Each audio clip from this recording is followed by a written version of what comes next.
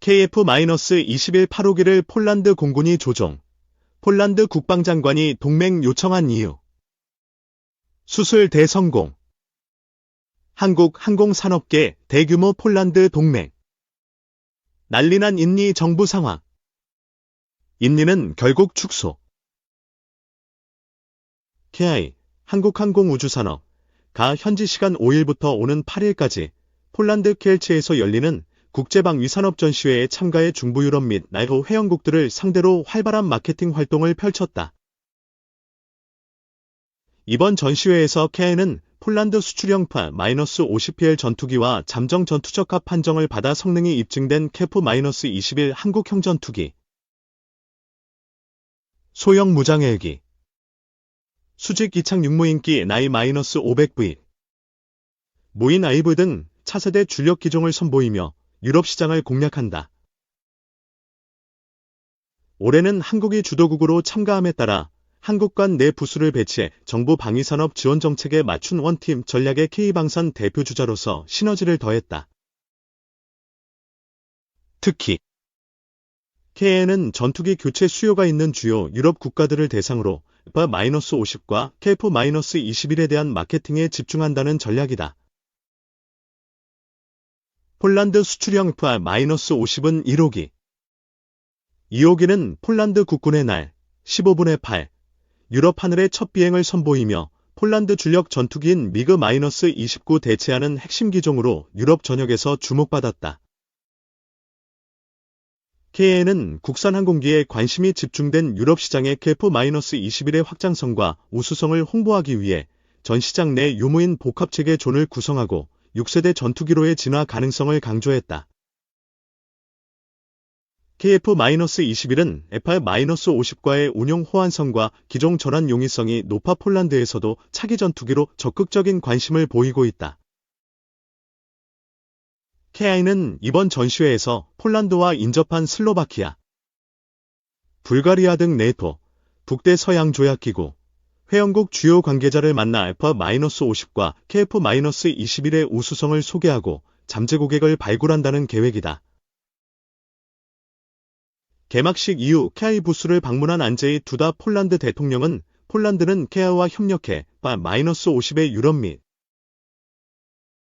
네토 시장 진출 기회를 함께 모색할 것이라며 KI의 빠른 납품에 따른 폴란드 공군 조기 전력화에 매우 만족한다고 말했다. 강구영 KI 사장은 F-50은 네토 회원국들이 운용 중인 F-16 전투기와 높은 호환성을 지닌 최적의 솔루션이 될 것이라며 KF-21의 글로벌 시장 진출로 K방산의 폭발적 성장을 이어가겠다 포부를 밝혔다. 한편 KI는 개막 당일 폴란드의 PGZ-4와 F-50 후속 지원 및 미래사업 협력에 대한 업무 협약을 체결했다. PGZ는 폴란드 국영방산업체 40여 개를 통합한 방산그룹으로 수입 무기체계에 대한 폴란드 현지화 사업을 총괄한다. 협약에 따라 양사는 F-50 후속 지원을 위한 MRO와 지원 장비의 생산 구매, 현대화 사업 등에 협력하고 나아가 후속 군수 지원과 성능 개량 등 장기적인 사업 기회를 함께 모색한다. 세바스찬 흐바웨크 PGZ 회장은 이번 협약을 계기로 장기적인 사업 기회를 창출하고 양국의 항공산업 발전의 한 축으로 성장하는 기회가 되길 바란다고 말했다. 이란 군사시설 핀셋 타격. 네타냐후 모든 목표 달성. 이스라엘군이 26일 새벽 이란 수도 테헤란 인근과 이란 남서부 세 곳의 군사시설을 전격 공습했다. 이날 이스라엘의 공격으로 이란의 탄도미사일 개발에 중요한 고체 연료, 혼합시설이 파괴된 것으로 알려졌다. 사실로 확인될 경우 향후 이란의 미사일 생산에 큰 타격이 될 수 있다. 이란 언론들은 이번 공격으로 자국 군인 4명이 숨졌다고 보도했다. 베냐민 네타냐후 이스라엘 총리가 이스라엘군의 대이란 보복 공격 이틀 전인 24일 안보회의를 주재하고 있다. 이번 공격은 지난 1일 이란이 이스라엘 전역에 탄도미사일 약 200기를 발사한 것에 대한 맞대응, 재보복이다. 이란은 당시 공격을 저항의 축, 이란의 후원을 받는 반이스라엘 무장 조직, 인 하마스와 헤즈볼라의 수장인 이스마일 하니예와 하산 나스랄라가 이스라엘군에 제거된 데 대한 보복이라고 정의했다.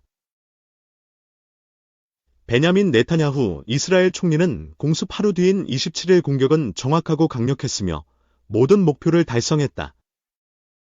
우리는 약속을 지켰다고 말했다. 네타냐후의 말처럼 이스라엘의 공격은 이란에 타격을 입혔지만 석유 생산 시설이나 핵시설 등 핵심 시설을 피해 대체로 제한된 범위 안에서 진행됐다고 주요 외신들이 전했다. 공습 규모에 비해 피해도 비교적 경미했다는 점에서 양측이 확전을 피하려 서로 절제된 대응을 하고 있다는 분석도 나온다. 두 나라는 지난 4월에도 혁명수비대 간부 2명이 사망한 이스라엘의 시리아 이란 영사관 건물 공습을 계기로 보복과 재보복을 주고받았지만 대규모 충돌로 확전되지는 않았다. 이날 이스라엘군 공습은 3번에 걸쳐 이뤄졌다.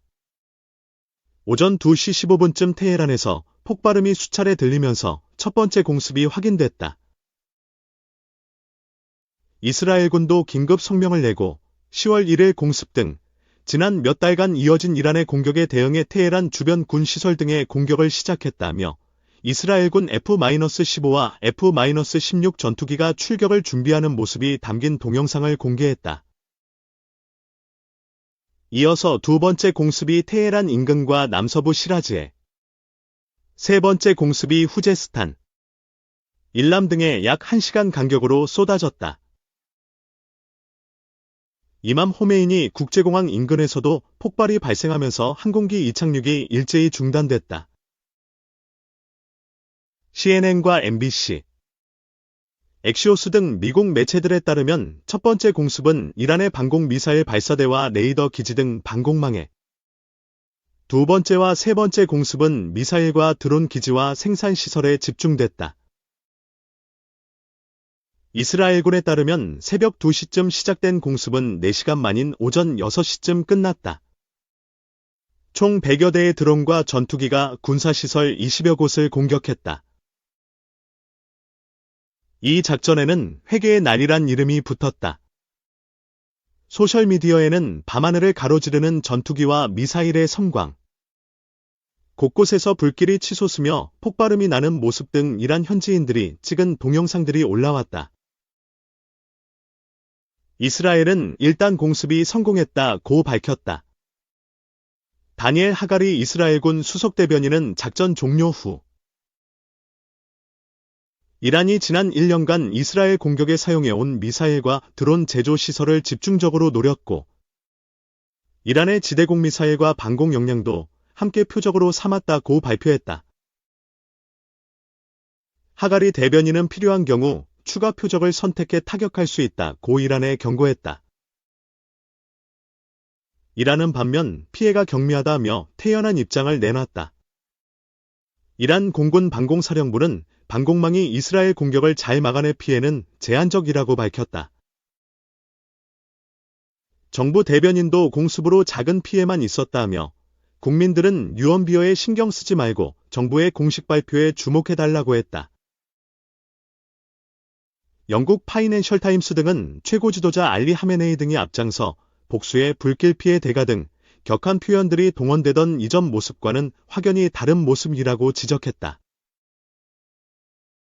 이러한 정황은 이스라엘과 이란이 서로의 체면은 살리면서 확전은 피하는 이른바 약속 대련을 했다는 해석을 낳고 있다.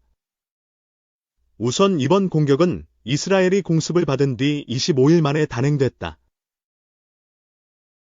이란이 대비할 충분한 시간을 준 셈이다. 미국 인터넷 매체 엑시오스는 또 이스라엘이 공습 전날 네덜란드 등 제3국을 통해 이란의 공습 관련 정보를 미리 알렸다고도 보도했다. 이스라엘은 공습 정보를 흘리면서 만약 이번 공격에 대응할 경우 더 중대한 공격에 나설 것이다 라는 경고 메시지도 전달한 것으로 알려졌다. 고체 연료 혼합시설을 파괴한 것도 이런 맥락으로 풀이된다. 이란이 즉각 보복할 가능성은 높지 않다는 전망이 주를 이루는 가운데 하메네이 최고 지도자와 이란 내 강경파의 반응에 관심이 집중되고 있다. 아예 대응이 없으면 저항의 축을 이끌어온 이란의 중동 내 영향력에 악영향을 미칠 수 있다. 이 때문에 어떻게든 보복에 나서라는 강경파의 목소리가 커질 수 있다고 이스라엘 매체들은 분석했다. 미국 뉴욕타임스는 이 경우 지난번처럼 이스라엘에 대한 대규모 미사일 공격이 유력하다고 전망했다. 국제사회의 여론을 자신들에게 유리하게 이끌려는 이스라엘과 이란의 총성 없는 외교전은 더욱 치열해질 전망이다. 아바스 아라그치 이란 외무장관은 27일 안토니오 구테우스 유엔 사무총장에게 서한을 보내 안전보장위원회 긴급 소집을 요청하고 이스라엘의 침략 행위를 강력하고 분명하게 규탄해달라고 요청했다.